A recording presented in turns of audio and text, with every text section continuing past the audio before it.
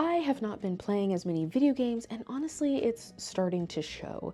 And really, as I started thinking about that a little bit more, I realized this is touching at a deeper root issue that I didn't realize played such an important role in my creative process. So today I wanted to chat with you about that, and yeah, let's just jump in.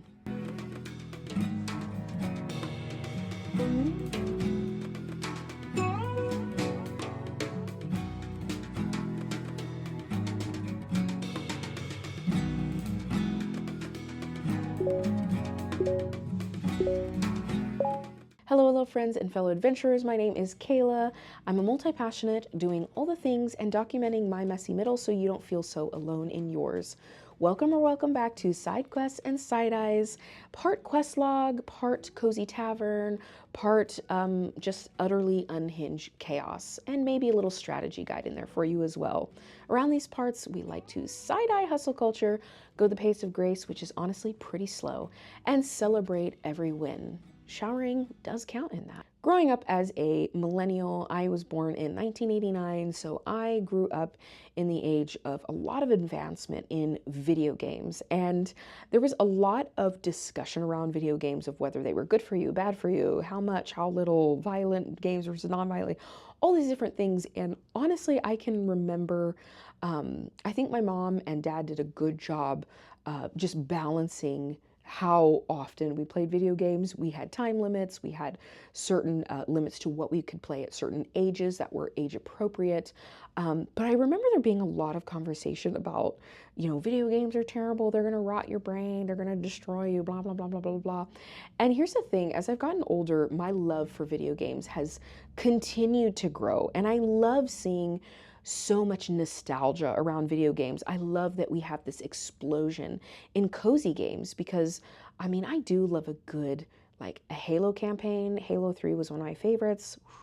I love a good campaign, but I also just love wandering. I always come back to Skyrim. I talk about Skyrim often as I'm obsessed with that game. And that game is more a slow-paced questing game that there are no deadlines, right? I just get to do what I want when I want and explore this amazing world. So I am a huge fan of video games. I love that video games play such a prevalent role, I think, in our society. I think it's a way to connect with other people. I don't know. I just think it's really, really cool. I think I've realized by not playing as many video games, it really is starting to show in my creative process. And as I started really sitting and thinking more about that, I was wondering, where is the root of that? Where is that root coming in from? And honestly, I think it comes back to play. Just as we get older, I am somebody who has a childlike spirit. I think it's important to have a childlike spirit, not to be immature. It's different, but to have a childlike spirit where we never lose the wonder and the whimsy and beauty that's in the world, and never stop being enamored about how beautiful and good the world can be. Certainly the world can be very dark, depressing, difficult to walk through, but I also think that there's a lot of beautiful things in the world that if we're willing to keep that childlike faith and that childlike spirit and sense of wonder, we will see it if we only look around. I was kind of diving into that, like, okay, why is playing video games, not playing as much, that's affecting my creative process? And I think even just being productive as somebody who has a 9 to 5, well, it's not a traditional 9 to 5, but a regular job, I think it affects my performance there as well. And I think, like I said, it comes back to play, keeping that childlike wonder. I think when we lose that, and we keep putting that off for the sake of, well, I need to be responsible, I don't have time, and I don't need that, and of course there's this delicate balance, right? Because bills need to be paid, things need to be done. There are times as adults, as in certain situations, that we have to recognize, like, I would love to have space to rest and to play and to explore, but it's not there. I just don't have the time, and I don't have the means to do that right now. And so I have to put that on the back burner for a little bit to be the responsible adult. air quotes, don't enjoy that. I think when we do that for too long, I really started beginning to see in my own life how that started affecting me. First in my creative process, and then secondly, I think in just like my day-to-day boring job performance. Holding on to that sense of wonder, I think unlocks something so deeply human within us, something so deeply creative within us.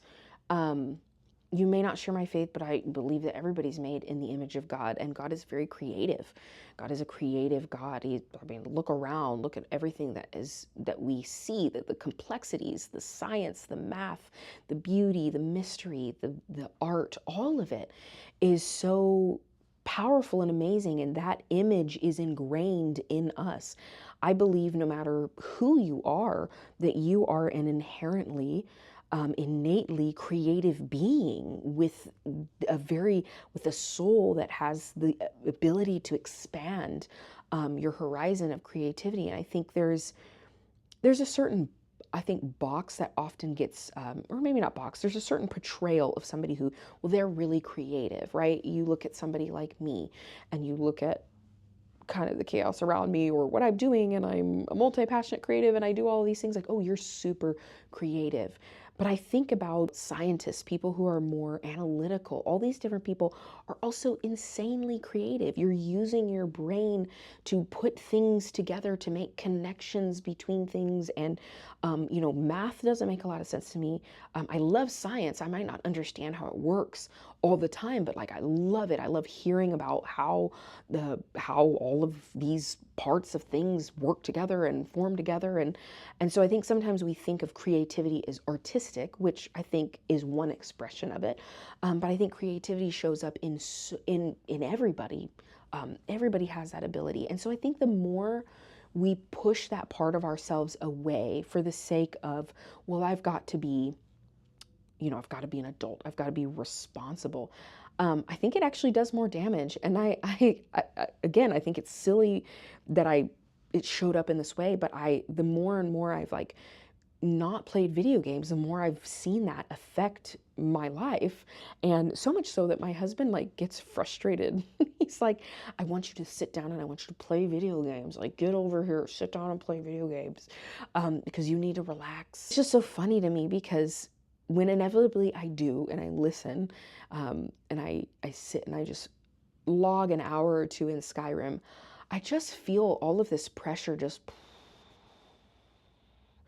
And almost all the time when I'm playing Skyrim, I get an image, an illustration. I'll get an answer to a problem I've been thinking about, because there's something that happens when we're tapping into that childlike spirit of creativity and play and letting the mind rest and not have to be so serious all the time and focus on tasking and being on top of things, because those things are important. We need to do that as well. All of those things are important, but even in the most mundane tasks, you can bring that sense of your brain, that creative part of your soul into that.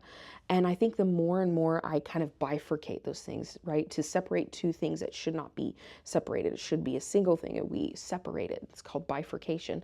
When we bifurcate that part of ourselves, when it's like, oh no, this needs to come with me, I don't have to leave that behind. Certainly, there are times where, like I said, I'm gonna have to say, hey, I would love to sit down and play 12 hours of Skyrim straight in a row. However, I also need to go to work so I can pay my bills, so that I will have enough financial security, so that I will eat. That is also good for my mental stability, right?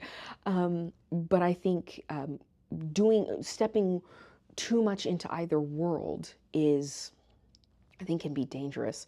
So I don't know, I've just been kind of like, I was playing with that the other day where I'm like, I think my creativity has kind of felt stagnated, and like just even my performance at work, like I've just felt kind of like fogginess in my brain, and kind of like, just things kind of feel like a slog, and I feel like I can't get through these very simple tasks.